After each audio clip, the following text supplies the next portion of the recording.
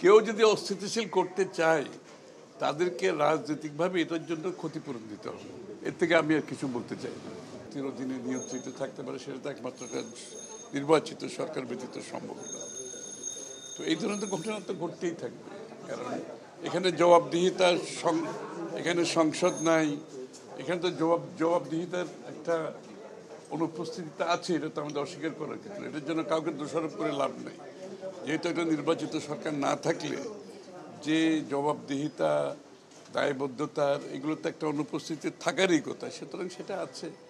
এবং এর জন্য সবাই যত তাড়াতাড়ি নির্বাচনী প্রক্রিয়ার মাধ্যমে নির্বাচিত সরকার আসবে দেশে, এবং একটা নির্বাচিত সরকার যারা জনগণকে দায়বদ্ধ থাকবে, জবাবদিহি থাকবে, এবং যাদের একটা জনগণের শক্তি নিয়ে সরকারের যে বিভিন্ন সংস্থাগুলোকে পরিচালনা করার যে পেছন থেকে যে শক্তিটা, সেটা তো জনগণ। সেটার জন্য সবাই অপেক্ষা করছে। এবং নুরু বললো সেটা, সে বললো যে যত তাড়াতাড়ি আমরা যদি নির্বাচনটা করতে পারি অন্তত এখান থেকে বেরিয়ে আসতে পারবো এরকম পরিস্থিতি। অন্তর্বর্তী সরকার তো বলেছে যে ফেব্রুয়ারিতে নির্বাচন, তো আমরা যেটা দেখতে পাচ্ছি কিছু রাজনৈতিক দল আসলে পিআর পদ্ধতিতে নির্বাচন চাচ্ছে, এটা কি নির্বাচনের পথে কোনো বাধা কিনা, এবং আপনাদের অবস্থানটা কি, বিএনপির অবস্থানটা? না না, চাইতেই পারে, সেটা অসুবিধা নেই। আরও অন্যান্য দল অন্য কিছু চাচ্ছে, আমাদেরও আবার চাওয়ার কিছু আছে। সব জায়গায় যে ঐক্যমত হয়েছে তা তো না, ঐক্যমত হওয়ারই কথা না, কারণ সবাই বিভিন্ন দল, বিভিন্ন দর্শন, চিন্তা ভাবনা, সুতরাং সব জায়গাতে ঐক্যমত হবে এটা কেউ বিশ্বাস করার কোনো কারণ নেই। তাহলে তো আলাদা আলাদা দল হইতো না, আমরা বাকশাল হয়ে যেতাম, তাই না?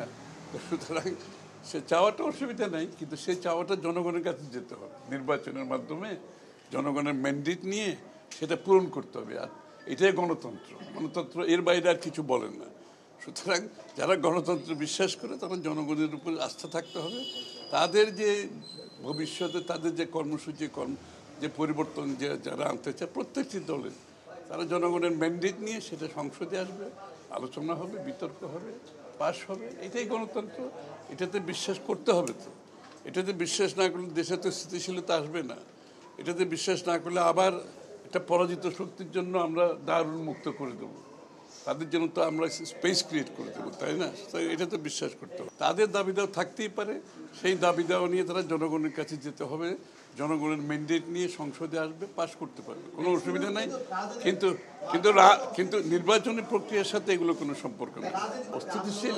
কেউ যদি অস্থিতিশীল করতে চায় তাদেরকে রাজনৈতিকভাবে এটার জন্য ক্ষতিপূরণ দিতে হবে। এর থেকে আমি আর কিছু বলতে চাই।